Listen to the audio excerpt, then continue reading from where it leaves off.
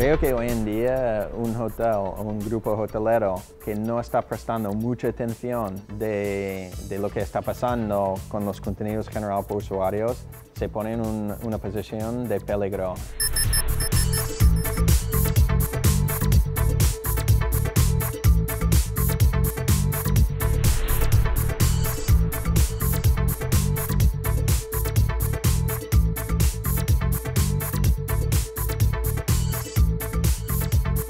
Lo que es marketing en el sector hotelero ha cambiado por completo, porque antes el protagonista en todo el proceso era la empresa.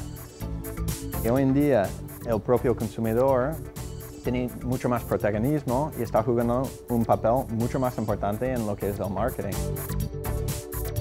Suponiendo que existe un buen producto, un buen servicio, se gana la confiança participando en las conversaciones que estan en curso en internet. Evidentment, les xarxes socials estan deixant molt palesa que la realitat d'un establiment queda inscrita, queda retratada permanentment a tots els canals. ¿No? Evidentemente, la ideal sería tener muchísimas opiniones de los cuales todos o casi todos eren impecables, no? Hem de deixar de tenir por, hem de deixar de donar-nos a conèixer i principalment doncs, hem de voler que la gent parli de nosaltres, sigui bé o malament, però que l'important és que parlin de nosaltres. Curiosamente, el factor más importante es el volumen de opiniones.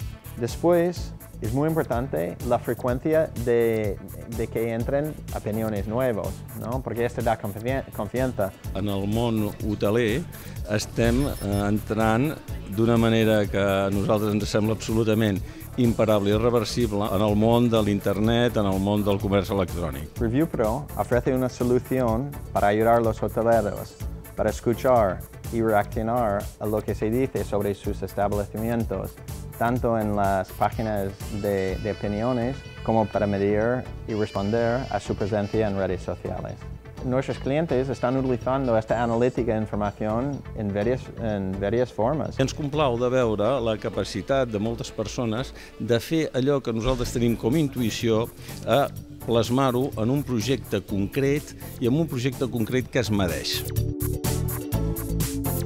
Damos la posibilidad y las herramientas para accionar y mejorar lo que es la satisfacción del cliente y sobre todo incrementar su venta gracias a esta información.